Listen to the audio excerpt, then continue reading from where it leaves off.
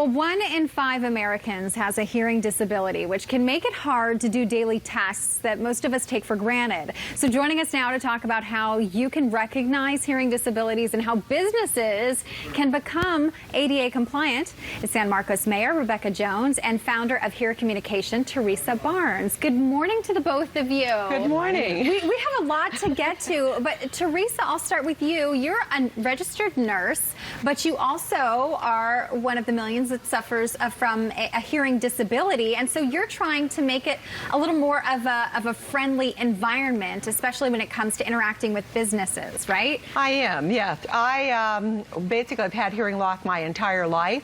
I got hit in Mammoth Mountain by some giant man, whoever he was. He crashed into me from behind, and when I finally got out after that almost life-threatening accident, I asked him, I said, "Did you see me?" And he yelled back at me.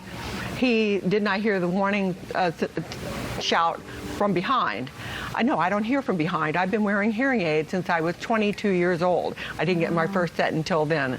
So the concept is to basically take something like this symbol that I'm wearing, let us wear it, because back in the Olmec culture, 2,500 years BC, people with hearing loss were considered special. And so they had a symbol like this little symbol that they would wear or they would display at their home to let people see that they had a hearing loss. Okay, so the same concept applies here, where you can take it back to Mammoth and wear something like this.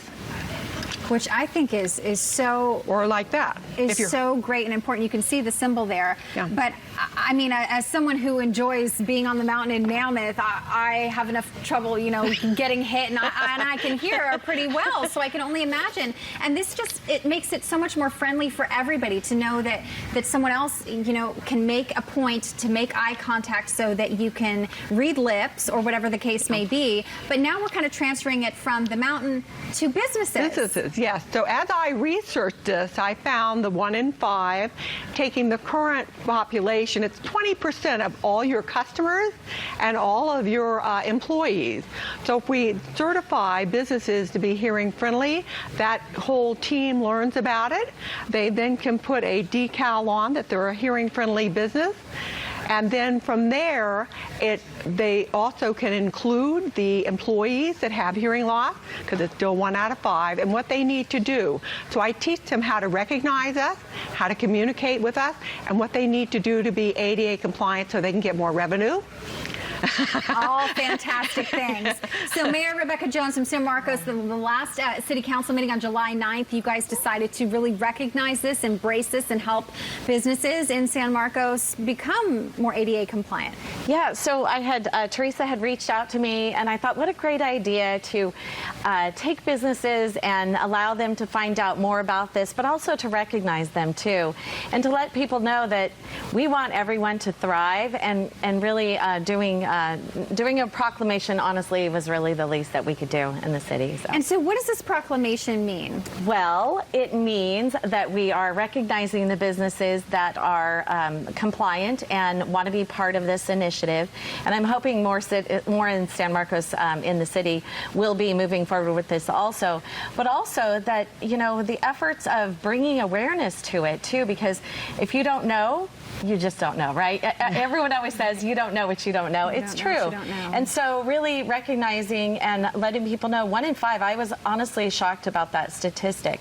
I know you think sometimes it's just older people, but it's really not. It's people that have had issues in their lives. And again, you know, when it could be someone that honestly gets hurt on an accident or something like that, or even born with a disability. So we want to make sure everyone knows you can get over this. You can, if we all work together, we can actually help. And so I think that's a way we could do that. It is a great effort. And Teresa, how can people get in touch with you or your campaign to learn more about this? They can look up even HearC.com in the letter C. HearC.com, or okay. HearCommunication right here.com. And there are 2.2 million veterans that came back with hearing loss. Right. So it's all Good about point. including them and getting them to work in San Marcos. Well, we appreciate your efforts. Fantastic work done by both, and we certainly hope we're helping to raise awareness in this important cause. So thank you, ladies, both for being here this morning. Thank you. Thank you. Appreciate it. Yes, thank you. Okay, we're going to take a quick break. We'll be right back. Much more coming up on Good Morning San Diego. It is 9:29.